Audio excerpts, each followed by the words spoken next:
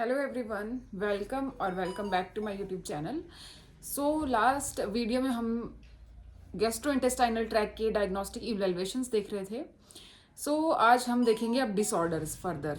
ठीक है, gastrointestinal tract के डिसऑर्डर जिसमें हम सबसे पहले देखेंगे माउथ, लिप्स और गम के। ठीक है, तो सबसे फर्स्ट है चैनकरी। इसमें क्या होता है, देखो जो लीजन बनता है वो लिप्स के पास बनेगा। ठीक है, यहाँ पे एक लीजन बनता है जो रेड कलर का होता है, राउंडेड होता है और साथ में धीरे धीरे फिर वो अल्सर की फॉर्म ले लेता है और क्रस्ट उसके ऊपर बन जाता है। ठीक है, क्रस्टेड सी लेयर बन जाती है। और ये जो प्राइमरी लीजन होता है सिफिलिस का एंड इज कंटेजियस। ठीक है, इन्फेक्शियस वाला होता है ये। अब देखो क्या होता है ना, मैं इसको एक्सप्लेन कर देती हूँ। सिफिलिस में क्या होता है, ट्रैकोमोनाज पैलिडियम बैक्टीरिया होता है, वो एंटर कर जाता है। ठीक है, अब क्या होता है, ये एक्चुअली में सिफिलिस क्या है, ये सेक्सुअली ट्रांसमिटेड इन्फेक्शन है। ठीक है, अब ये जाता है तो ये लीजन बनाएगा सबसे पहले, या तो माउथ में बनाएगा, जेनाइटल एरिया में बनाएगा या एनस में बनाएगा। तो वहां पे सबसे पहले लीजन बनता है। अब इसकी ना ये फर्दर स्टेजेस में आता है, ये आगे आगे जब, अब पहला तो ये इसीलिए बोला ये प्राइमरी लीजन है। ठीक है, जो माउथ पे बना हुआ है। अब अगर इसको यहाँ पे ट्रीट नहीं करेंगे तो फिर ये फर्दर क्या करेगा, इसकी वजह से सोर थ्रोट होने लगेगा। ठीक है, रैशेज हो जाएंगे बॉडी में, फिर उसके बाद फीवर होगा, ये सब चीजें होंगी। फिर उसके बाद इसकी प्रॉब्लम क्या है कि थर्ड स्टेज में जब ये जाता है तो ये जो नो एसिम्टोमेटिक हो जाता है, कोई सिम्टम नहीं रहता बॉडी में। होता क्या है, ये बैक्टीरिया बॉडी में रहेगा लेकिन कोई सिम्टम नहीं शो करेगा। लेकिन फिर जब टर्शरी स्टेज में जाएगा तब क्या होगा, तब फिर प्रॉब्लम क्रिएट करेगा। तब क्या करेगा, ये डायरेक्ट ब्रेन में प्रॉब्लम करेगा, हार्ट में प्रॉब्लम करेगा, नर्व्स में, मतलब मेन वाइटल ऑर्गन्स को अफेक्ट करना शुरू कर देता है ये। ठीक है, इसलिए ये डेंजरस होता है। जब ये प्राइमरी लीजन ही आपको शो हो रहा है तभी इसको ट्रीट कर देना चाहिए। ठीक है, तो इसके लिए हम क्या इंटरवेंशन फॉलो कर सकते हैं, कोल्ड सोक, मतलब लाइक या कॉटन पैड हो गया, या कॉटन पैड हो गया, या फिर गॉज पीस हो गया, तो उनको जो है कोल्डली सोक करके लगा सकते हैं। ठीक है, रिलीफ देगा लिप्स पे। और माउथ की प्रॉपर क्लीनिंग करनी है। ठीक है, माउथ केयर करेंगे अच्छे से ताकि फिर इन्फेक्शन फर्दर इंक्रीज ना हो। एंटीबायोटिक्स देंगे ताकि फटाफट से जो है ये बैक्टीरिया जो है किल हो जाए। ठीक है, फिर आता है नेक्स्ट ल्यूकोप्लेकिया। इनकी ना आप इमेज देख सकते हो। ठीक है, बुक में दे रखी है, वहां से आप देख लेना, सबकी इमेज अटैच की हुई है साथ साथ में। ल्यूकोप्लेकिया क्या है, white patches in the buccal mucosa. अब देखो म्यूकोजा, ये सॉरी बक्कल, क्या मतलब क्या होता है ना कि देखो अब हमारे माउथ में भी दो कैविटी बनती हैं। ठीक है, अब जैसे एक ये टीथ है, टीथ के अंदर जो लिप्स के सॉरी टंग है, अंदर वाली जो टीथ के अंदर वाली इनसाइड वो जो कैविटी है दैट इज ओरल कैविटी। और ये बाहर लिप्स के साथ ये जो ये है ना, ये वाली कैविटी जो बनती है इधर उधर यहाँ पे, दिस इज बक्कल कैविटी। ठीक है, अब क्या होता है इस एरिया में, ठीक है, इस एरिया में अंदर वाली साइड को, ठीक है, इस एरिया में क्या होता है व्हाइट कलर के पैचेस बनने शुरू हो जाते हैं। ठीक है, जो कि पेनलेस होते हैं। अब ल्यूकोप्लेकिया मेनली बिनाइन है। ठीक है, मैलिग्नेंट नहीं है, बिनाइन है, ये फैलता नहीं है। ठीक है, प्रिकर्सर टू ओरल कैंसर। ठीक है, ओरल कैंसर का ये प्रिकर्सर भी है। ये थोड़े से एडिशनल पॉइंट जो मैंने लिखे हैं, बाकी टारगेट हाई में वैसे जितना दिया है उतना बहुत है। इन टॉपिक्स को लेके, डिसऑर्डर ऑफ माउथ को लेके इतने, मतलब ये पता होना चाहिए कि कौन सी चीज क्या है और क्या इंटरवेंशन है, क्या हमने करना है, बस इतना पता होना चाहिए इसमें। अब ल्यूकोप्लेकिया का मैंने बता दिया। इंटरवेंशन ये है कि पेशेंट को बताना है कि अपने डॉक्टर को कंसल्ट करना है अगर ये 2 हफ्ते से ज्यादा रह रहा है, क्योंकि फिर ये फैलने लग जाता है, फिर ये टंग पे भी आ जाता है। ठीक है, वो हम आगे भी देखेंगे।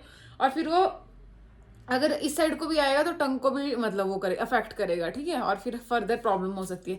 इसीलिए 2 हफ्ते से ज्यादा ये अगर रहता है तो फिर डॉक्टर को इन्फॉर्म करना है। ठीक है, this is all about this too. Next is hairy leukoplakia.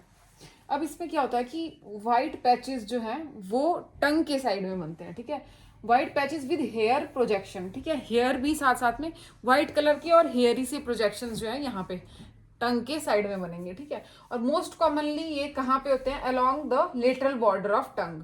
ठीक है, इस साइड।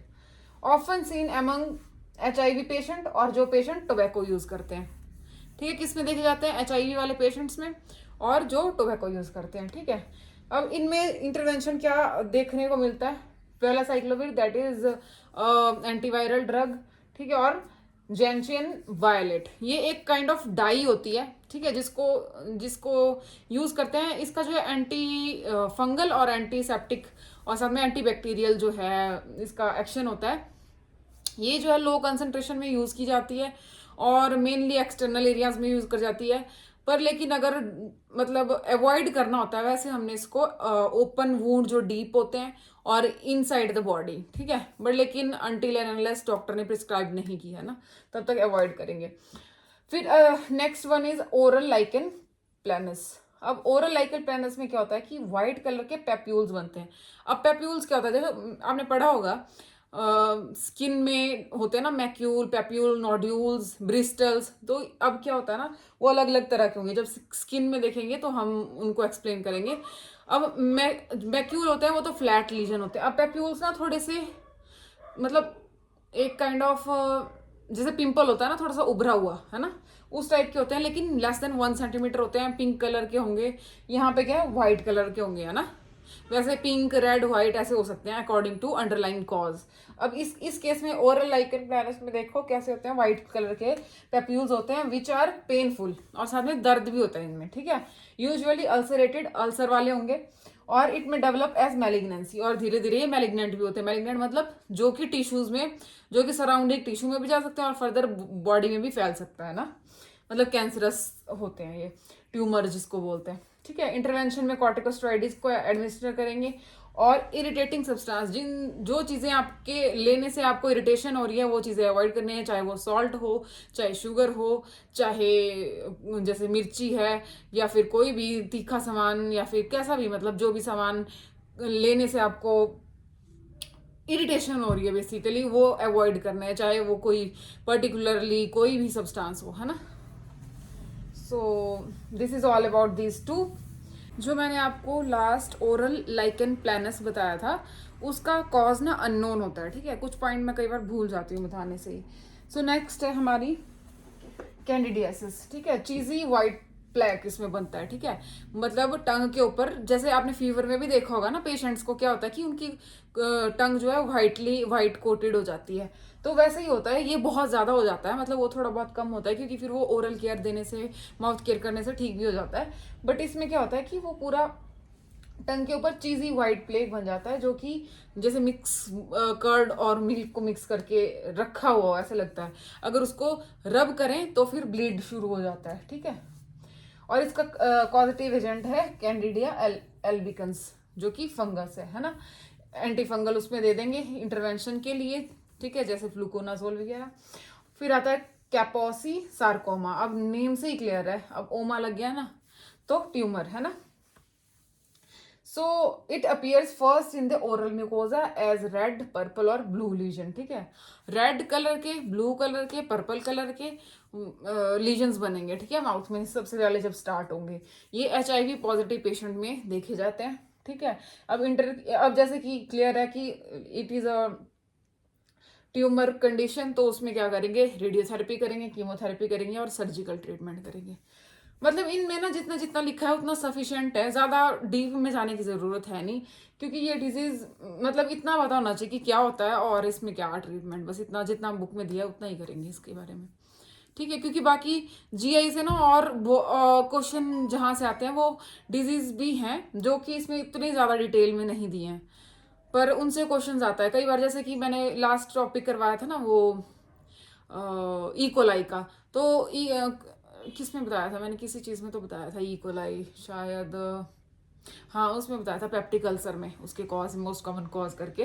तो उसके टॉक्सिन्स पूछे गए थे, देखो मतलब उसके एक एग्जाम में मतलब नॉर्सेट में आए हुए हैं उसके टॉक्सिन्स। तो मैं बोलना चाहती हूँ कि मतलब ऐसी चीज़ें हैं जिनसे मतलब, और बहुत सारी डिजीज हैं जिनसे क्वेश्चन बनते हैं, ठीक है, नॉर्सेट में।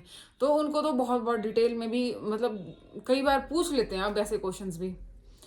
सो अब नेक्स्ट करते हैं हम, ये हो गया हमारा इन दोनों डिजीज का। सो अब हमारा नेक्स्ट टॉपिक है जिंजीवाइटिस, ठीक है। नेम से ही क्लियर है कि इन्फ्लामेशन, जिंजी मीन्स गम्स की इन्फ्लामेशन, ठीक है। अब गम्स की इन्फ्लामेशन है तो इसमें क्या इंटरवेंशन होगी कि हमें जो है ओरल केयर अच्छे से करनी होगी, ओरल हाइजीन मेंटेन करके रखनी है, ठीक है। डेंटल प्लाक में भी हमें ओरल हाइजीन अच्छे से मेंटेन करनी है। इसमें क्या होता है, आपने देखा होगा ना, टीथ के साथ यहाँ पे ना साइड साइड में येलो कलर दिखाई देता है, ठीक है। जेल लाइक सब्सटेंस होता है जो कि टीथ के साथ चिपक जाता है, ठीक है, येलो येलो कलर के टीथ हो जाते हैं। So that is dental plaque. फिर आता है पेरी अपाइकल एब्सेस, पेरियपाइकल एब्सेस में क्या होता है देखो, इसमें ना एब्सेस भर जाती है। अब नाम से ही क्लियर है, पेरियपाइकल मीन जो टूथ की रूट होती है वहां उसकी टिप पे, ठीक है, क्या होता है कि मतलब वहां पे पस की फॉर्मेशन स्टार्ट हो जाती है, ठीक है, एब्सेस बनना, एब्सेस बन जाता है। Abscess tooth with collection of पस इन एपाइकल डेंटल पेरियोस्टियम। पेरियोस्टियम क्या है, covering of the, covering of bone, tooth की जो बोन होती है उसको, उसकी कवरिंग को बोलते हैं, ठीक है। तो मतलब जो आउटर कवरिंग हो गई जैसे, ठीक है, मतलब बोन मतलब जो आउटर आउटर वाली कवरिंग हो जाती है टूथ की, ठीक है, उसको बोलेंगे।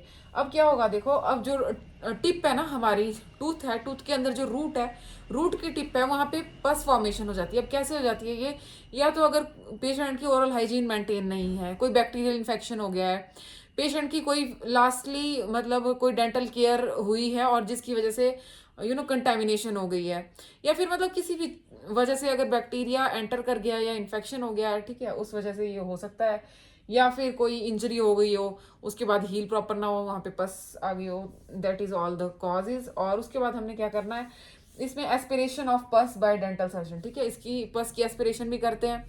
अगर ठीक ना हो रहा हो तो फिर हम सारा मतलब ड्रेनेज करेंगे, ठीक है, पस की। अगर नहीं हो रहा हो ठीक तो फिर हम रूट केनाल ट्रीटमेंट भी करते हैं। फिर उसके बाद आता है पैरोटिडाइटिस, ठीक है। पैरोटिडाइटिस इज पैरोटिड ग्लैंड की इन्फ्लामेशन, ठीक है, जो कि सलाइवरी ग्लैंड होता है, ठीक है, जो कि हमने पहले पढ़ा भी था, ठीक है। जो यहाँ पे हमने देखा था कि सलाइवरी ग्लैंड होता है जिसकी इन्फ्लामेशन हो जाती है। कौन कौन से सलाइवरी ग्लैंड थे याद करो, ठीक है, कौन कौन से 3 टाइप के पढ़े थे, ठीक है। जो सलाइवरी ग्लैंड पढ़े थे अगर आपको याद है तो कमेंट्स में बताना, ठीक है। और कौन सी केनाल थी और कौन सा सलाइवरी ग्लैंड है जिसकी रूट नहीं सॉरी जिसकी डक्ट सबसे लॉन्गेस्ट डक्ट है, और कौन सा ग्लैंड है जो सबसे ज़्यादा सलाइवा सिक्रीट करता है। और ये भी कमेंट करना कि कौन सा कौन सा नहीं, कितना litre per day saliva secrete होता है और पीएच ऑफ सलाइवा। ये सारे क्वेश्चंस हैं, इनको आपने कमेंट सेक्शन में बताने हैं इनके आंसर्स, ठीक है। तो पैरोटिडाइटिस हम देख रहे थे, इन्फ्लामेशन ऑफ पैरोटिड ग्लैंड, इसका जो मोस्ट कॉमन कॉज होता है वो स्टेफाइलोकोकस ऑरियस होता है, ठीक है। अब इसमें जो है मैंने बताया था आपको कि जब इसकी इन्फ्लामेशन होती है तो कई बार मम्स भी हुए होते हैं, ठीक है, तो मम्स की वजह से भी होती है, लेकिन मम्स का कॉज जो है स्टेफाइलोकोकस ऑरियस नहीं है, उसका है पैरामिक्सोवायरस, ठीक है, उसी की मतलब उसी की कैटेगरी है, मतलब उसके अंडर आते हैं, पैरामिक्सोवायरस के अंडर ही इसका कॉज आता है, मतलब मतलब उसी क्या बोल सकते हैं, मतलब वायरस की जो फैमिली काइंड ऑफ हो गई ना, जैसे उसी में आते हैं, मतलब वही कॉज करते हैं, वही वाले वायरस जो इसके अंडर आते हैं। फिर आता है इंटरवेंशन, मोस्ट कॉमन कॉज हो गया, हाँ, एक्सेप्ट आ गया मम्स जिसका मैंने ये बताया। और इंटरवेंशन में आपने एक तो जितने भी ओरल के इन्फेक्शन हो रहे हैं, जो भी हो रहा है, main thing is oral hygiene, ठीक है, ओरल केयर अच्छे से करनी है, ठीक है। और जो मेडिसिन ऐसी अगर कोई ले रहे हैं आप जिससे सलाइवा की सिक्रीशन कम हो रही है तो वो वाली मेडिकेशन को बंद करना है, ठीक है। और एंटीबायोटिक्स ले सकते हैं बिकॉज बैक्टीरियल इन्फेक्शन है, और एनाल्जेसिक अगर पेन ज़्यादा है, ठीक है। और अगर नहीं फ़र्क पड़ रहा तो फिर सर्जिकल ट्रीटमेंट, जो कि सर्जरी ऑफ चॉइस होती है, पैरोटिडेक्टमी, ठीक है, पैरोटिडेक्टमी जो कि हो गया, ठीक है। अब देखो ना, ये वाली सारी चीज़ें ना, इनको अगर आपको याद नहीं रहती चीज़ें तो नेम से याद करो, ठीक है, जैसे जिंजीवाइटिस है ना, मतलब कहीं ना कहीं ये सब लिंक्ड होते हैं ना आपस में, जैसे पेरिएपिकल एब्सेस, मतलब इन नेम्स में ही उसका जो मीनिंग है वो छुपा होता है, तो ध्यान से इनको पढ़ना है तो ये याद करने में इजी हो जाएंगे आपको, ठीक है। सो अब नेक्स्ट देख लेते हैं हम, और फिर हम इसोफेगस के डिसऑर्डर भी स्टार्ट कर देते हैं साथ में ही। तो हमारी नेक्स्ट डिजीज है सियालाडेनाइटिस, जिसमें इन्फ्लामेशन होती है सलाइवरी ग्लैंड्स की, ठीक है। अब देखो सलाइवरी ग्लैंड्स जैसे कि पैरोटिड में बताया था, सेम वही चीज़ें इसमें भी आएंगी। एक तो ओरल हाइजीन, वो तो सभी में आएंगी, जितने भी माउथ के डिसऑर्डर्स हमने पढ़े, गम्स के, लिप्स के, उन सब में आएगी, ठीक है। तो इन्फ्लेमेशन ऑफ सलाइवरी ग्लैंड, ठीक है। अब इसमें क्या करना होता है, अगर मतलब कि सलाइवा की प्रोडक्शन को कम करने वाली कोई मेडिकेशन चल रही है तो उसको डिसकंटिन्यू करेंगे, same as it is like parotiditis, ठीक है। सो एंटीबायोटिक एनाल्जेसिक वैसे ही देंगे, ड्रेनेज वैसे ही करेंगे, सेम टू सेम, ठीक है, सर्जिकल ड्रेनेज या फिर एक्सीजन के साथ जो है मतलब ग्लैंड में एक्सीजन देखिए, जो डक्ट के थ्रू सारा जो भी सिक्रीशन अगर ज़्यादा बड़ी हुई है वहाँ पे पस कलेक्शन है, कोई भी फ्लूइड अकमुलेट हुआ तो सारा बाहर ड्रेन आउट करेंगे, ठीक है, ताकि फिर फर्दर हील हो जाए मतलब ग्लैंड। फिर आता है सियालोलिथियासिस। सियालोलिथियासिस जैसे नेम से ही क्लियर है, सलाइवरी ग्लैंड की लिथियासिस क्या है, वहां पे स्टोन होना, ठीक है। तो सलाइवरी कैल्कुलाई जिसको बोलेंगे, ठीक है। अब कैल्कुलाई किसकी होती है, कैल्शियम एंड फॉस्फेट की। मेनली जो कैल्कुलाई देखी गई है सलाइवरी ग्लैंड में वो कैल्शियम और फॉस्फेट की होती है, ठीक।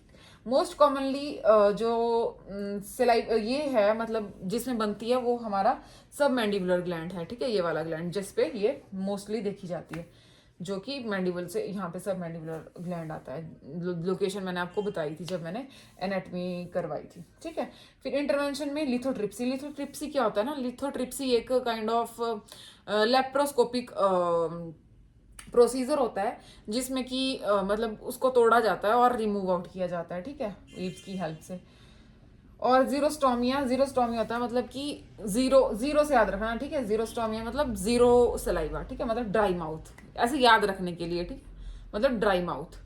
ड्राई माउथ है तो आपको दिखती सी बात है कि प्लेंटी ऑफ फ्लूइड इनटेक करना है, ठीक है, ज्यादा से ज्यादा पानी पियो, अवॉइड और ऐसे फ्लूइड्स जो कि आपको इरिटेशन करवाते हैं वो ना फ्लूइड लेने ना फूड लेने। अब इरिटेशन किसी भी चीज से हो सकती है ना, जो जो ऐसी चीजें हो, एक होता है कि मतलब जो लग रहा है इरिटेट कर रहा है, ठीक है, मतलब अजीब सी सेंसेशन स्टार्ट हो गई है ना, तो वो वाली चीजें अवॉइड करनी है, ऐसा आपने पेशेंट को समझाना है। फिर आता है स्टोमेटाइटिस। स्टोमेटाइटिस मीन्स, अब स्टोमेटाइटिस से ना स्टमक मत सोच लेना, ठीक है, कि स्टमक का infection. Stomatitis is used for tongue, ठीक है, इन्फ्लेमेशन ऑफ ओरल और बक्कल म्यूकोजा, ठीक है, ये याद रखना, ठीक है। स्टोमा मीन्स, स्टोमा मतलब जैसे होता है कैविटी क्रिएट करना, तो वहां से ये याद रख लेना कि ओरल कैविटी होती है, बक्कल कैविटी, तो ऐसे ऐसे याद कर लेना, ठीक है। टंग, माउथ और बक्कल कैविटी, इन तीनों चीजों को याद रख लेना स्टोमेटाइटिस से, ठीक है।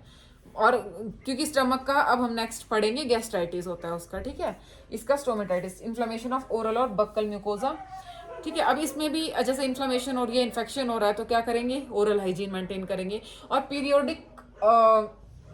पीरियोडिक माउथ केयर आपने करनी है। अब जैसे ना डेंटिस्ट कई बार रिकमेंड करते हैं कि आपने ना डीप क्लीनिंग करवानी है कुछ महीनों बाद, जैसे 6 महीने बाद, 2 महीने बाद, 3, तो जैसे भी डेंटिस्ट रिकमेंड करेंगे उस अकॉर्डिंग आपने पीरियोडिक माउथ केयर करवानी होती है, ठीक है।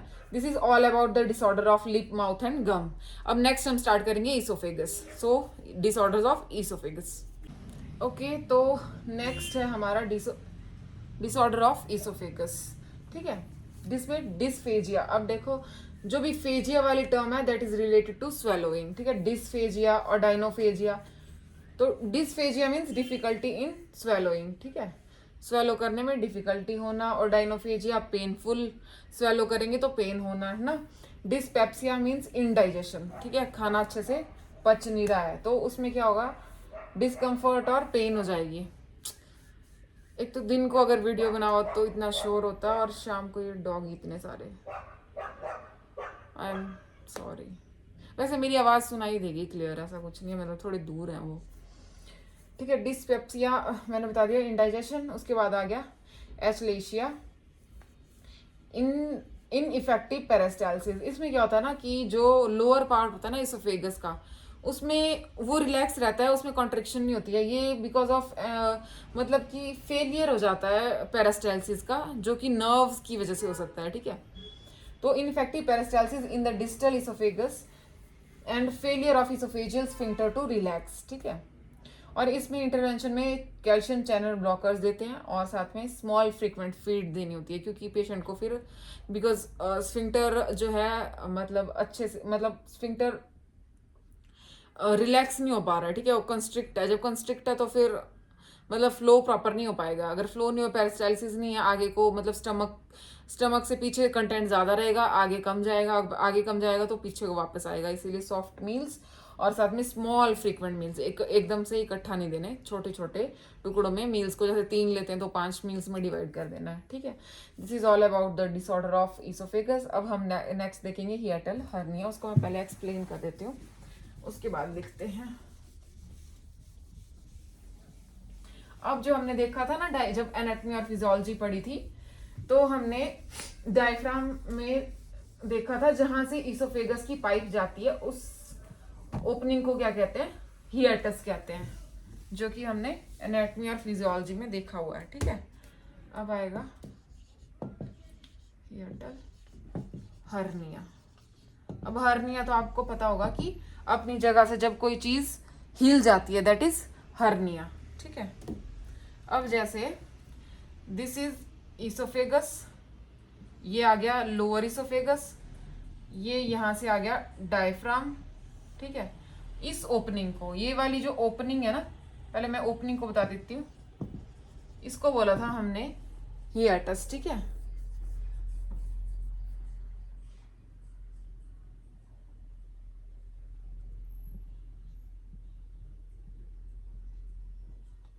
ये रही हमारी इसोफेगस। अब यहां से हमारा स्टमक शुरू हो जाता है। ठीक है, दिस इज आवर स्टमक, ये आ गई आगे ड्यूडेनम।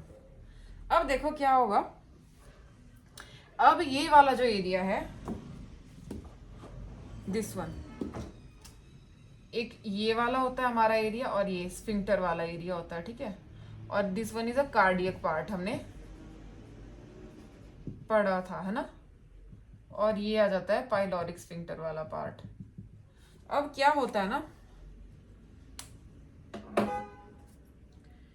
ये आ गया अपर इसोफेगस, ये आ गया लोअर इसोफेगस। अब नाम से ही क्लियर होगा, हिएटल हर्निया मतलब जो ये बताया मैंने, हिएटस जो कि ओपनिंग है जहां से इसोफेगस एंटर करता है और ओपन होता है। ठीक है, डायफ्राम को, मतलब डायफ्राम से होते हुए जाता है। ठीक है, डायफ्राम की ओपनिंग, एक छेद है मतलब डायफ्राम में, जिसके अंदर से ये गुजरता है और फिर स्टमक में एंटर करता है। तो यहाँ पे जो स्पिंक्टर होता है और ये जो अपर पार्ट ऑफ स्टमक होता है, ठीक है, ये इसोफेजियल, लोअर इसोफेजियल का पार्ट होता है, ये जो डायफ्राम है, ठीक है, ये ऊपर वाली साइड को ऐसे आ जाता है। ठीक है, ऐसे करके ये वाला पार्ट यहां से ये ऐसे आ जाएगा, this is called as hiatal hernia. समझ रहे हो, ये वाला पार्ट ऐसे, ये ऐसे आ जाएगा। मतलब ये मैं कंडीशन बता रही हूँ डायग्राम के थ्रू कि इसमें ऐसा होता है। आपको जो इसके पार्ट्स टाइप्स है ना वो भी बता देती हूँ। इसमें ना एक आता है स्लाइडिंग और एक पैराइसोफेजियल। अब इसमें क्या होता है ना, जो स्लाइडिंग वाला होता है ना, उसमें जो अपर पार्ट होता है ना स्टमक का, ये अपर पार्ट ये ऊपर जाता है, और पैराइसोफेजियल में मैक्सिमम, ये वाला मैक्सिमम पार्ट ऊपर चला जाता है, मैक्सिमम स्टमक का पार्ट ऊपर चला जाता है। ठीक है, अब इसको हम डिटेल में एक बार लिख लेते हैं और एक्सप्लेन करते हैं। सो अब नेक्स्ट इसको बताते हैं। मतलब सबसे पहले तो ये क्यों होता है हिएटल हर्निया ना, तो इसका कॉज होता है जैसे कि एज रिलेटेड हो सकता है कि जो मसल्स हैं वो वीक हो गई हों। ठीक है, तो अब हिएटस की ओपनिंग का बढ़ना या तो वीकनेस की वजह से हो सकता है। ठीक है, या फिर कोई एब्डोमेन का प्रेशर बार बार इंक्रीज हो रहा है। अब प्रेशर इंक्रीज होगा तो भी स्पेस बढ़ेगा, है ना, मतलब अपसाइड जाएगा, तो उस वजह से भी हो सकता है।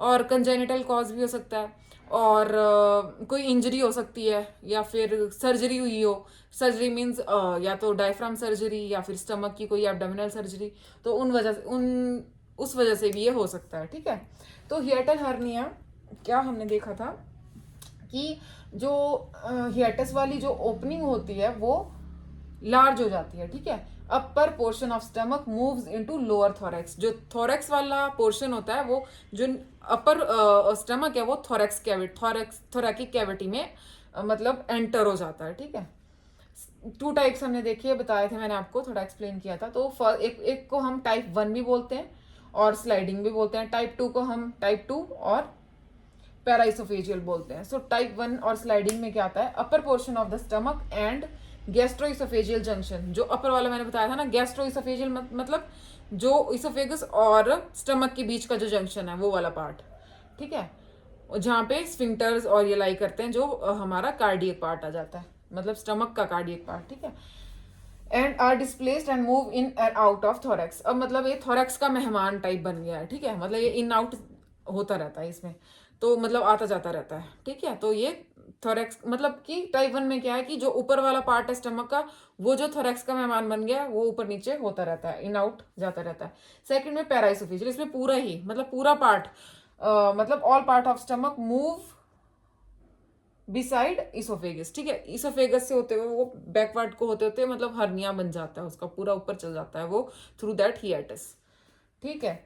और क्लिनिकल मैनिफेस्टेशन अब देख लेते हैं। अब क्या होगा देखो, मतलब अब ना आप ये जो क्लिनिकल मैनिफेस्टेशन आती है, डायग्नोसिस आते हैं, इन सब चीज़ों को ना आप इमेजिन कर सकते हो। मतलब सब कुछ ना याद करना ही ज़रूरी नहीं होता कि मतलब रट लो, ऐसा नहीं होता, ठीक है। मतलब सोचो अब आप कि क्या, मतलब खुद सोचना ऐसे कि क्या हो सकता है। अब देखो मतलब स्टमक में प्रॉब्लम है, ठीक है। अब डाइजेशन अच्छे से नहीं होगी तो खाना जैसा गया वैसा मतलब वापस आने लगेगा, है ना।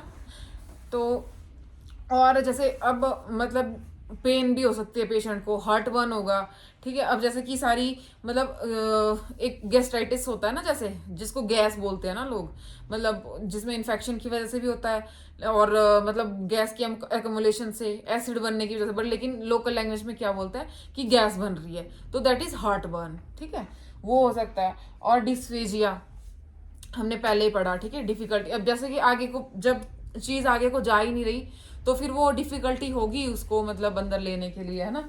और रिफ्लक्स होगा, ये मैंने बता दिया आपको। रिफ्लक्स जो है ना मेनली फर्स्ट वाले में देखा जाएगा, ठीक है। और अब देखो रिफ्लक्स कैसे होगा, क्योंकि जो ऊपर वाला पार्ट है वो मतलब जो जहां से एंटर करने वाला पार्ट है वो ही अपसाइड हो गया है ना। तो उनको मतलब उसको रिफ्लक्स ज्यादा होगा, क्योंकि जो भी सब्सटेंस हम ले रहे हैं, जो भी swallow कर रहे हैं फूड, वो आगे नहीं जा रहा। और लेकिन जो दूसरा वाला टाइप होता है पैराइसोफेजियल, उसमें क्या होगा, उसमें जो स्टमक है वो बेचारा पूरा का पूरा मैक्सिमम ही ऊपर आ गया है। तो अब पेशेंट को ऐसा लगता है कि मेरा तो ऊपर भरा हुआ है, मतलब ऑलरेडी उसको फीलिंग ऑफ फुलनेस रहेगी, ठीक है। तो ये हैं these clinical manifestation are related to these two type, ठीक है। अब डायग्नोस्टिक इवेल्युएशन, एक्सरे कर सकते हैं, ठीक है। अब जैसे हमने इन चीज़ों को तो पहले एक्सप्लेन कर रखा है ना, जैसे बेरियम स्टडी जो हमने पहले देखा है, बेरियम स्वेलो करवाएंगे, है ना। और लास्ट इज फ्लोरोस्कोपी। फ्लोरोस्कोपी में क्या होता है ना कि मतलब एक काइंड ऑफ एक्सरे है जिसमें मूविंग इमेज आती है, ठीक है, ऑर्गन्स की मूविंग, एक काइंड ऑफ वीडियो जिसमें कि पूरी ऑर्गन की इमेज आती है कि किस तरह से ऑर्गन की अलाइनमेंट है और किस तरह से वो बाहर निकला हुआ है, किस तरह से वो ओपनिंग के अंदर घुस गया है, थोरेक्स कैविटी में आ गया है, ठीक है। सो मैनेजमेंट में टाइप 1 का क्या करेंगे हम, जैसे कि टाइप 1 में इतनी सीरियस कंडीशन नहीं है कि एकदम से सर्जरी की ज़रूरत पड़ जाए, तो पेशेंट का जैसे अब उसको थोड़ी बहुत मतलब वो फूड देना है, तो उसका क्या करना है, ड्यूरिंग एंड आफ्टर गिविंग मील, तो उनका जो हेड एंड है वो एलिवेट कर देना है, ठीक है। और उसके बाद हम सर्जरी करेक्शन करवा सकते हैं, ठीक है, जो फर्स्ट वाले टाइप में है। अब सेकंड वाले टाइप का क्या है, इसमें ना कई बार इमरजेंसी सर्जरी करनी पड़ती है टू करेक्ट टॉर्शन, ठीक है। अब क्या होता है ना कि इसमें एक प्रॉब्लम हो जाती है कि इसमें जो पार्ट चला गया ना ऊपर, वो कई बार अपने ही एक्सिस पे अपने आप ही रोटेट कर जाता है। अगर वो रोटेट कर जाता है तो फिर क्या होता है ना कि इमरजेंसी क्यों बोला इसको, बिकॉज इस केस में क्या होता है कि कई बार जैसे स्टमक है, स्टमक ऊपर तो गया बट लेकिन उसने रोटेट कर दिया ऊपर जाके। जब वो रोटेट करता है तो ब्लड सप्लाई कई बार खत्म, अगर ब्लड सप्लाई खत्म तो ऑर्गन गया, है ना। तो इसीलिए बहुत इमरजेंसी में इसकी सर्जरी भी करनी पड़ती है अगर टॉर्शन हो रहा है, ठीक है। This is all about hiatal hernia. अब नेक्स्ट डिजीज हम पढ़ेंगे। सो अब हमारा नेक्स्ट टॉपिक है इसोफेजियल डाइवर्टिकुलम, ठीक है। जैसे हमने ना पहले देखा था इंटेस्टाइन के केस में कि जिसमें क्या होता है कि जो हॉस्ट्रा होता है ना, उसमें कई बार जो उसकी लाइनिंग है वो उस मतलब लाइनिंग जो है उसकी थिन होके वहाँ पे एक पाउच, आउटवर्ड पाउच बन जाता है जिसमें स्टूल चला जाता है और वो वहीं पे रिटेन रहता है और वो प्रॉब्लम क्रिएट हो जाती है ना। वो हमने पढ़ा था डाइवर्टिकुलोसिस वाला, ठीक है। डाइवर्टिकुलम, फिर उसका इन्फेक्शन को बोला था डाइवर्टिकुलाइटिस, है ना। वो सारी चीजें हमने पहले देखी थी। तो वैसे ही इसोफेगस के केस में भी सेम वही चीज होती है, ठीक है। अब क्या होता है, जैसे जैसे ये इसोफेगस है, ठीक है, यहाँ आ गया आपका माउथ और यहाँ आ गया आगे स्टमक, ठीक है। ये आ गया अपर इसोफेजियल स्फिंक्टर और ये आ गया लोअर इसोफेजियल स्फिंक्टर, ठीक है।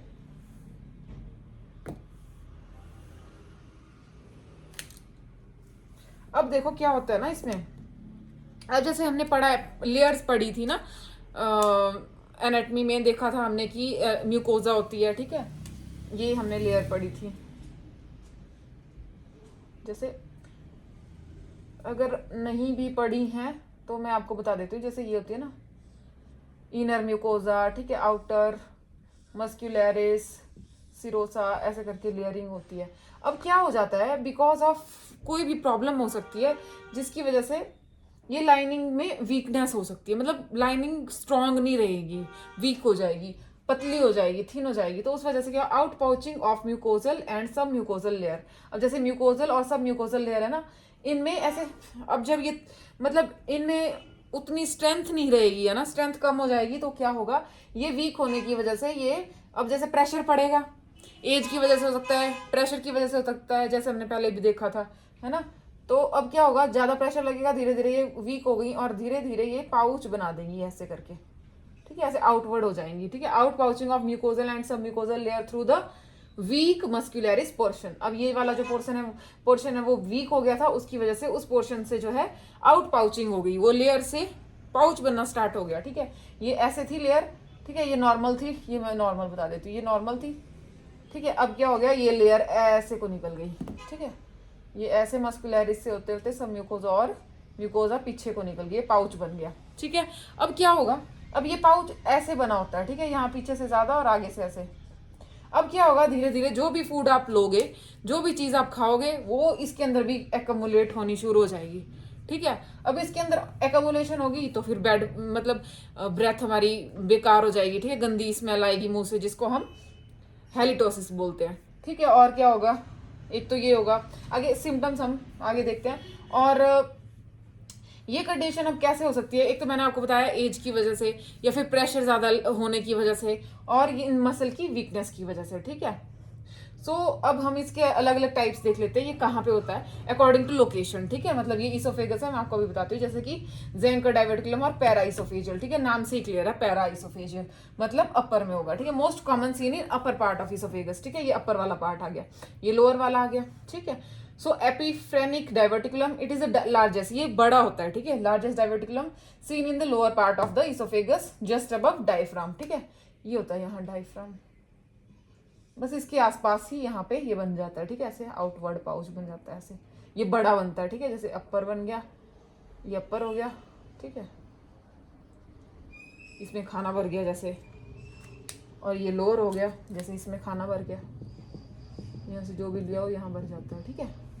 This is oesophageal diverticulum. अब क्या होता है, क्लिनिकल मैनिफेस्टेशन देखो हमें क्या क्या सिम्टम्स आएंगे, ठीक है, इन पैराइसोफेजियल। अब देखो पैराइसोफेजियल का क्या है, इसमें ना ये ऊपर होगा। अब जैसे ही मतलब कि इंसान ऐसे स्वेलो करेगा तो उसको यहाँ पे कुछ अब प्रॉब्लम हो जाएगी ना, एक तो मतलब एक तो काइंड ऑफ फुलनेस भी उसको लगेगी, और साथ में उसको स्वेलो करना डिफिकल्ट हो जाएगा, क्योंकि because of some kind of extra जो मतलब एक्स्ट्रा स्पेस में, मतलब एक्स्ट्रा एक बोल सकते हो कि एक्स्ट्रा चीज वो बन गई है ना, मतलब जैसे कि जैसे सेलुलर मास क्रिएट होता है, वैसे ही वो भी एक्स्ट्रा सेलुलर एक चीज बन जाती है, जिसकी वजह से अब कोई कुछ भी बन रहा हो, चाहे मास बन रहा हो, चाहे वो कैविटी बन रही हो, चाहे वो डाइवर्टिकुलम बन रहा हो, तो वो स्पेस तो लेगा ही ना। अब यहाँ पे जितना स्पेस है उससे ज्यादा लगेगा, ज्यादा स्पेस लगेगा तो उसको फीलिंग ऑफ फुलनेस भी होगी, ठीक है। इन ये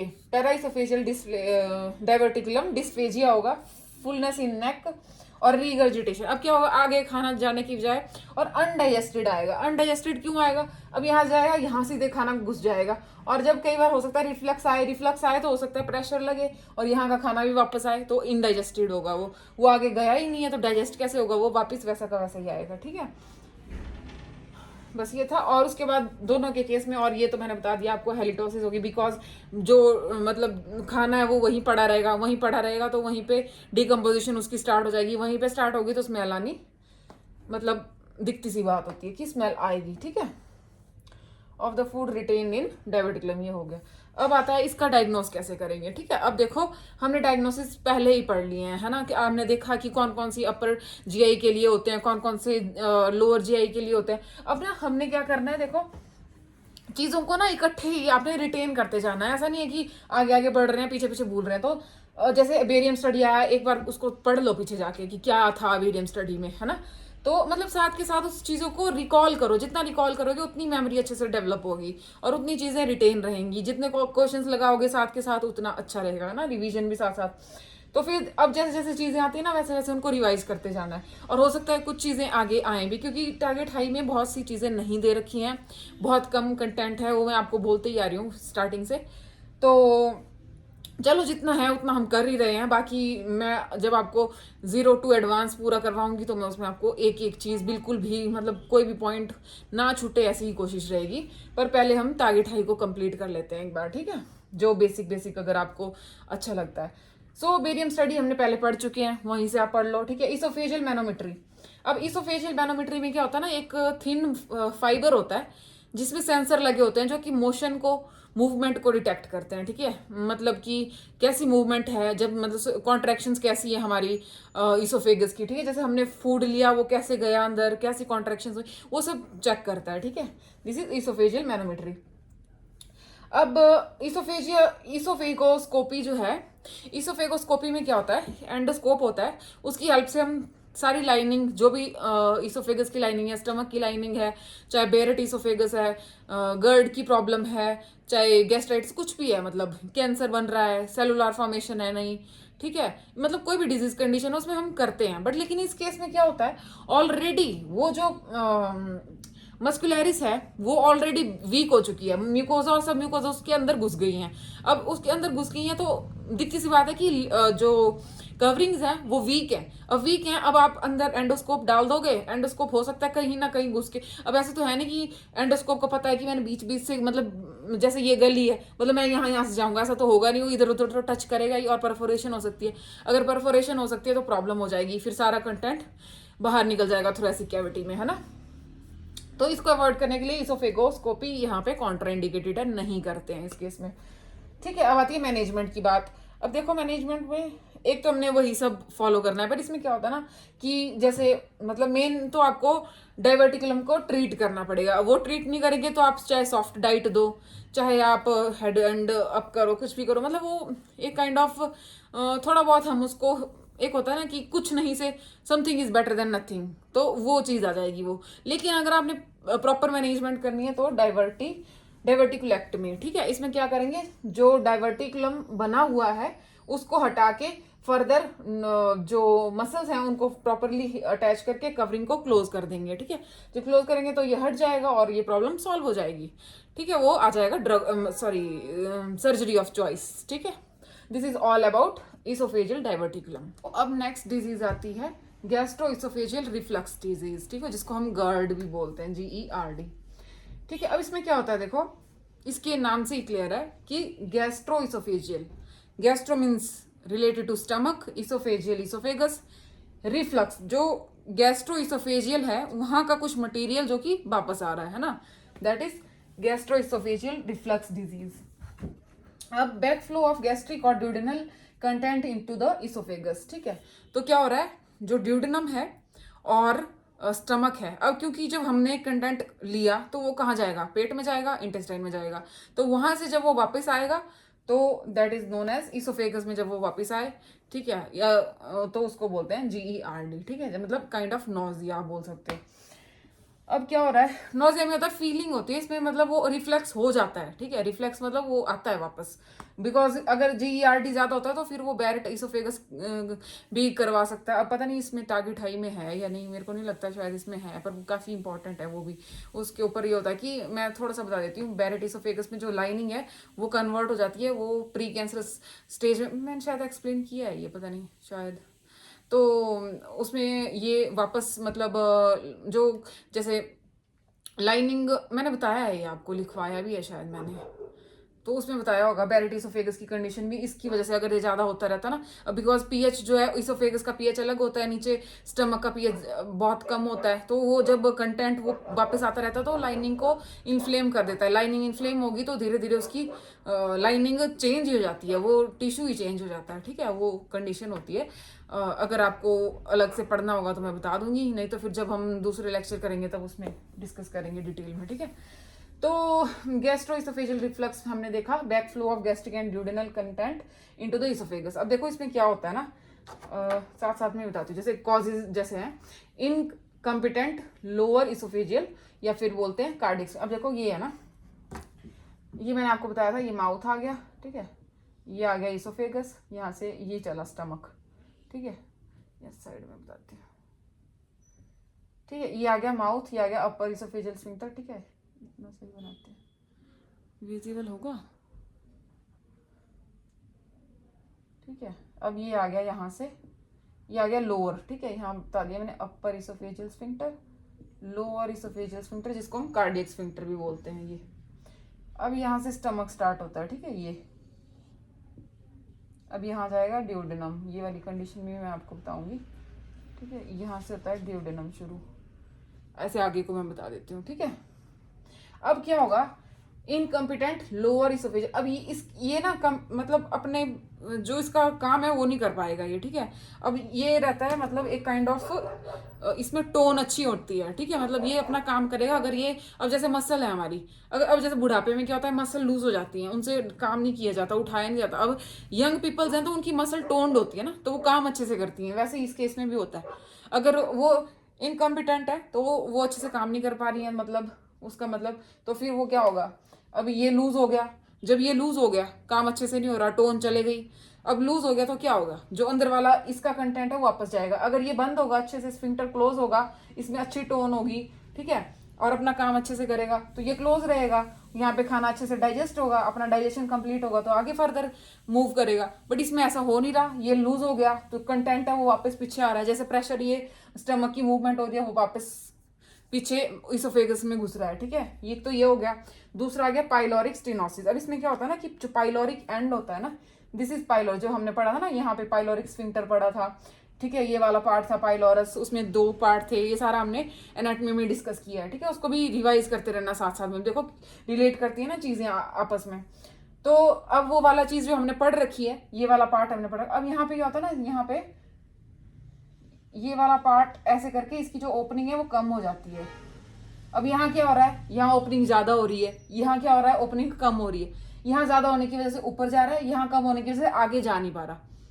अब या तो यहाँ ज्यादा जा रहा है, वो उसकी वजह से प्रॉब्लम, अब आगे नहीं जा रहा तो वो भी पीछे हट रहा है। अब यहाँ का जो प्रेशर है वो वापस लगेगा स्टमक में, स्टमक का प्रेशर पीछे और पीछे लगेगा।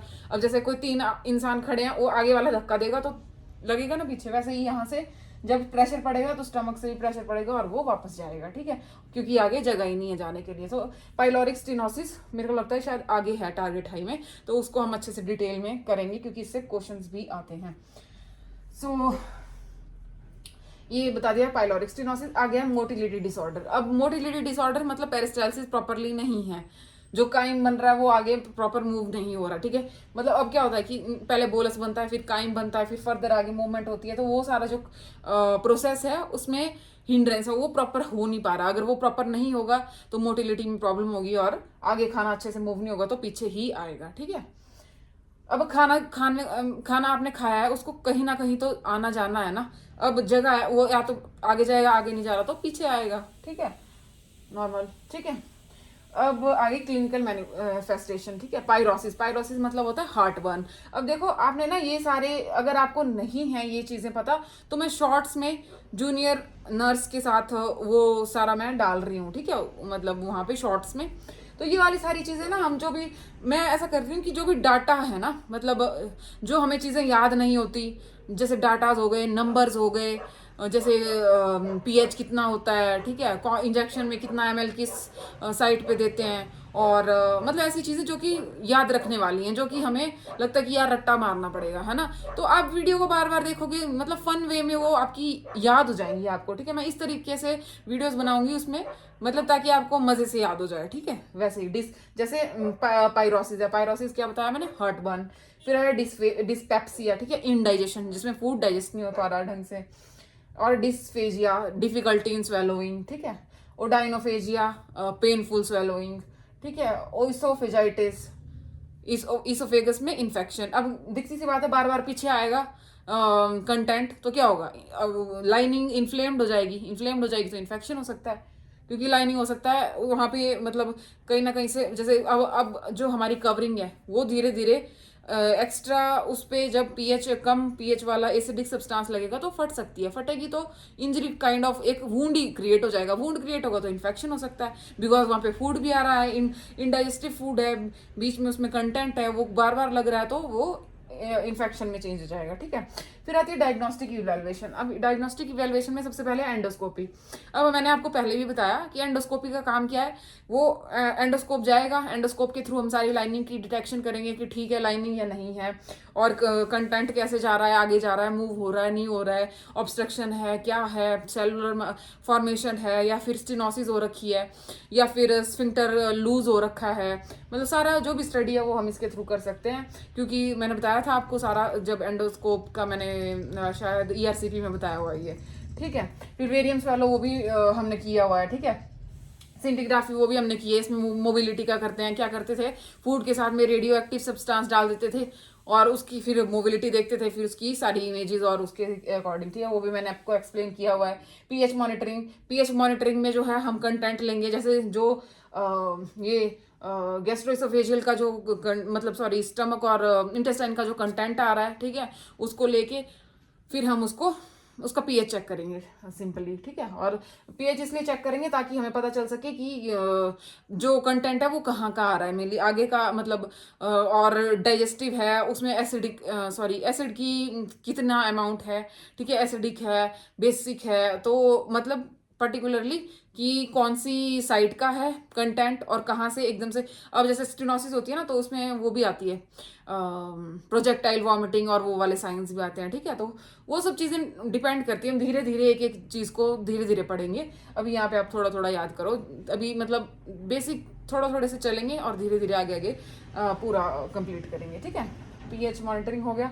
अब आई मैनेजमेंट की बारी, डाइटरी मॉडिफिकेशन। अब देखो क्या होता है ना, अब पेशेंट को एक तो वैसे ही प्रॉब्लम हो रही है, एसिड बन रहा है, एसिड बार बार वापस आ रहा है, जितना एसिड वापस आएगा, जितना पीएच कम होगा, उतना इसोफेगस की लेयर के लिए प्रॉब्लम है। ठीक है, आगे वो किसी भी मतलब आगे हम पढ़ेंगे जब हम पूरा करेंगे, क्योंकि इसमें शायद यही लास्ट है, इसके बाद एक शायद ट्यूमर का है कुछ टॉपिक बस, बाकी उसके बाद वो कोई टॉपिक नहीं है इसके बाद इसोफेगस से रिलेटेड डिजीज का। तो इसीलिए मतलब डाइटरी मॉडिफिकेशन करना बहुत ज़्यादा ज़रूरी है। ठीक है, क्योंकि देखो अब क्या हो रहा है, अगर हम अब एसिड बढ़ते जा रहा है तो इसोफेगस में प्रॉब्लम हो जाएगी।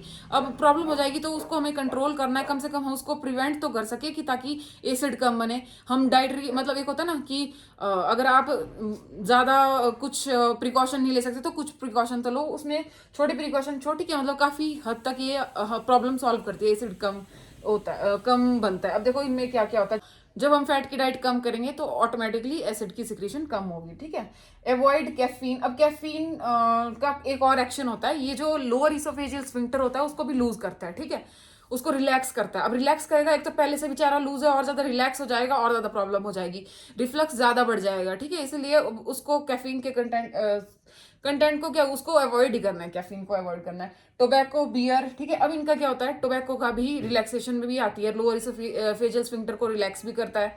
ठीक है, और बियर हो गई, और बियर प्रेशर भी बढ़ाती है। ठीक है, जो कार्बोनेटेड ड्रिंक्स हैं ये स्टमक का प्रेशर भी इंक्रीज करती है। जब प्रेशर बढ़ेगा तो ऑटोमेटिकली रिफ्लक्स पीछे आएगा, क्योंकि आगे जाने को बीच में जगह नहीं है और ऊपर से स्फिंक्टर खुला हुआ है लोअर इसोफेजियल, तो कहाँ प्रेशर बढ़ेगा तो आगे तो जाएगा नहीं, पीछे ही आएगा। ठीक है, क्योंकि जब तक वैसे भी जो पाइलोरिक स्फिंक्टर है वो क्या करता है, जब तक खाना अच्छे से स्टमक में डाइजेस्ट नहीं होता वो आगे को मतलब वो वाला जो काइम है वो आगे नहीं जाता। ठीक है, मतलब ड्यूडेनम में नहीं जाता, तो अब प्रेशर लगेगा तो पीछे वाला ढीला है तो ऑटोमेटिकली पीछे जाएगा। ठीक है, प्रेशर इंक्रीज होने की वजह से।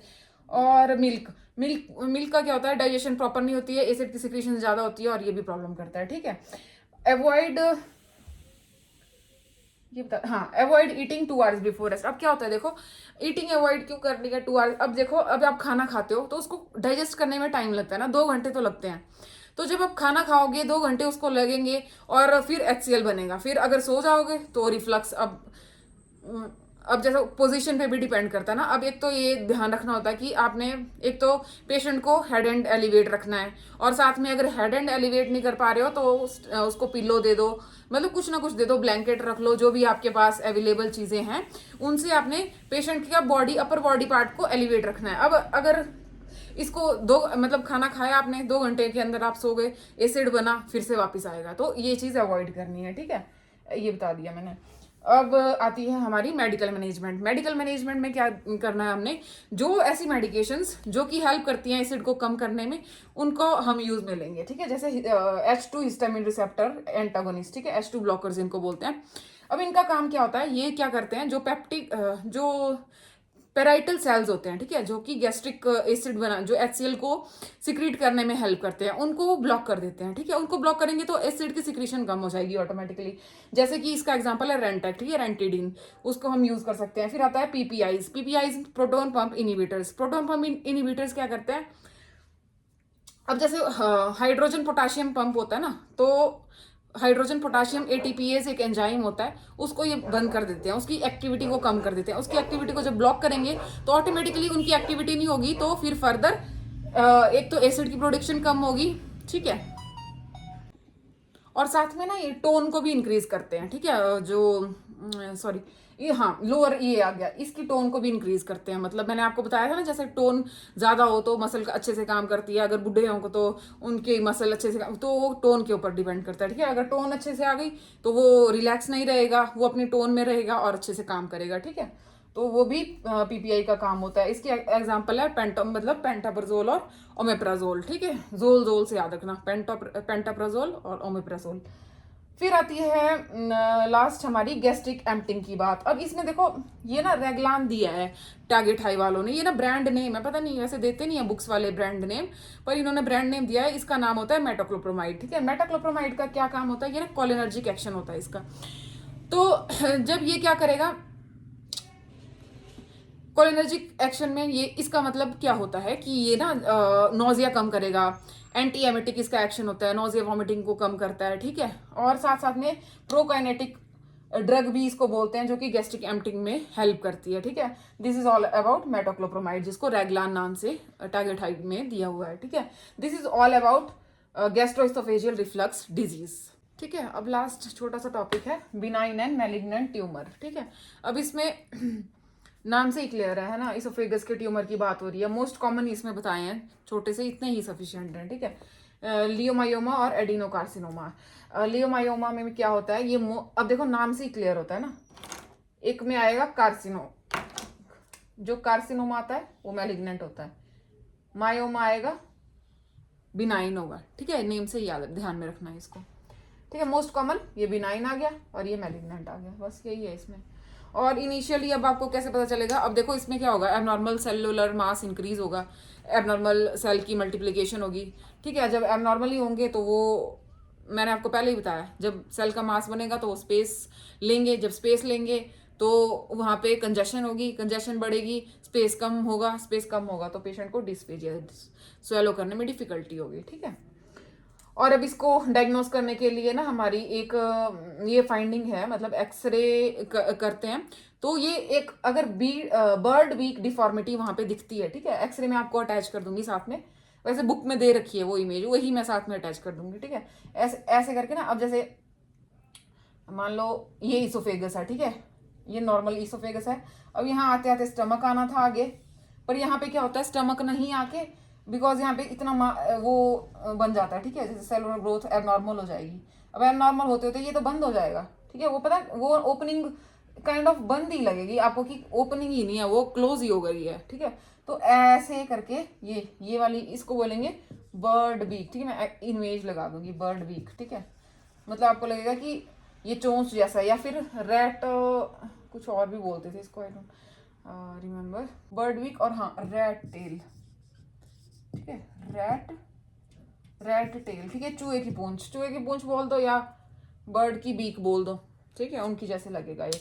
अब नेक्स्ट हम करेंगे स्टमक, हाँ स्टमक के डिसऑर्डर्स, ठीक है, गैस्ट्राइटिस वगैरह से स्टार्ट करेंगे। बट लेकिन मैंने सोचा था इसी वीडियो में कवर करूंगी, बट लेकिन आप लोग बोलते हो जल्दी वीडियो डालो, जल्दी वीडियो डालो, तो मैंने सोचा कि मैं ये थोड़ा बहुत मतलब जितना हो ईसोफेगस का तक, मतलब ईसोफेगस के डिसऑर्डर तक जितना होता है उतना करके डाल दूंगी। ठीक है, बाकी आप ना जैसे ये चीज़ें एक्सरे हैं, ये ना इमेज बेस्ड क्वेश्चंस में आते हैं। ठीक है, एग्जाम में तो इनके एक्सरे होते हैं, मतलब काफ़ी तरह के बनाना, लाइक जिसमें बनाना दिखता है, जैसे इसमें बर्ड बीक दिख रही है, वैसे वैसे ना, तो कईयों में ऑरेंज होगा, वैसे मैं आपको इमेजेस डालूंगी। उसके लिए आपने जूनियर नर्स के सारे जो छोटे छोटे शॉर्ट्स आएंगे उसमें दूंगी, क्योंकि वो चीज़ें ना याद ही करनी होती है देख के कि क्या है, उसमें कुछ समझाने की बात नहीं होती है। अब इसमें कुछ समझाने की बात नहीं है कि इंसान जो है कितनी बार सांस ले रहा है, कि रेस्पिरेटरी रेट कितना है, उतना याद ही करना पड़ेगा, पीएच कितना है, और इसमें क्या समझाएंगे, याद ही करना है। तो वो जो याद करने वाली चीज़ें हैं वो सारी मैं शॉर्ट्स में डालूंगी, ताकि आपको याद करने के लिए ईजी रहे। ठीक है, इसलिए वो आप उनकी वीडियोस देखते रहें। ठीक है, तो ये सारे एक्सरेज हो गए, जो भी चीज़ें होंगी वो मैं डालती रहूंगी, और मैं कोशिश करूंगी कि मैं डेली डाल सकूं टारगेट हाई का कंटेंट, क्योंकि आप लोग उसी का कंटेंट के लिए ज़्यादा बोल रहे हैं। ओबीजी का मैं कम कर दूंगी, 1 या 2 वीडियो हफ्ते की। फिर अगर आप बोलोगे उसको भी, तो फिर मैं कुछ एडजस्टमेंट करूंगी, क्योंकि ऐसा होता है ना कि दिन में ना लाइटिंग कुछ ज़्यादा होती है और शोर बहुत ज़्यादा होता है, तो अ, उसको ना, मतलब अभी मेरे पास जो माइक है उसमें अगर इधर इधर थोड़ा घूम जाता है ना, तो वो आवाज़ नहीं आती, इसलिए मैं सोचती हूँ कि माइक का यूज़ ना करूँ। अगर थोड़ा बहुत होता है तो फिर मैं अच्छा माइक लेने की कोशिश करूँगी। और फिर ये होता है कि शाम को थोड़ा शांत माहौल होता है, इसीलिए मैं रात को वीडियो रिकॉर्ड करना प्रेफर करती हूँ, इसलिए मैं रात के 2-3 घंटे में वीडियो रिकॉर्ड करती हूँ डेली। करती मैं डेली हूँ, पर वो यही होता है ना कि अब 2-3 दिन लग जाते हैं, क्योंकि अब 1 घंटे का वीडियो रिकॉर्ड करना तो 3-4 घंटे लग जाते हैं, तो इसीलिए वो वीडियो लेट आती है। अगर मैं कोशिश करूंगी कि दिन में भी थोड़ा बहुत रिकॉर्ड कर लूँ, जगह वगैरह एडजस्ट करके, कुछ ना कुछ ऐसे करके, तो मैं या फिर ऐसा करा करूंगी जो मतलब कंटेंट है, जैसे मैं 1-2-1.5 घंटे का काफ़ी ज़्यादा कंटेंट, काफ़ी ज़्यादा डिजीज, 6-7 डिजीज कवर करने की कोशिश करती हूँ एक वीडियो में, तो मैं वो ना करके 2-4 वीडियो कवर करी और आधे 1 घंटे की वीडियो डाल दी, मतलब जितना भी हो गया 30 मिनट्स, 45 मिनट्स, 40 मिनट्स, इतना कवर करके मैं डाल दिया करूँगी।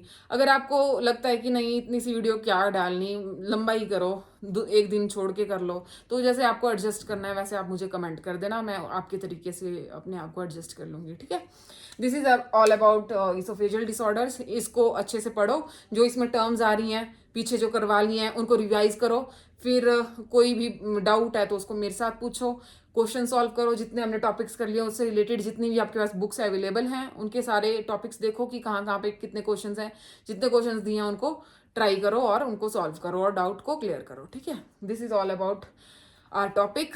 सो मिलते हैं हम नेक्स्ट वीडियो में। Thank you.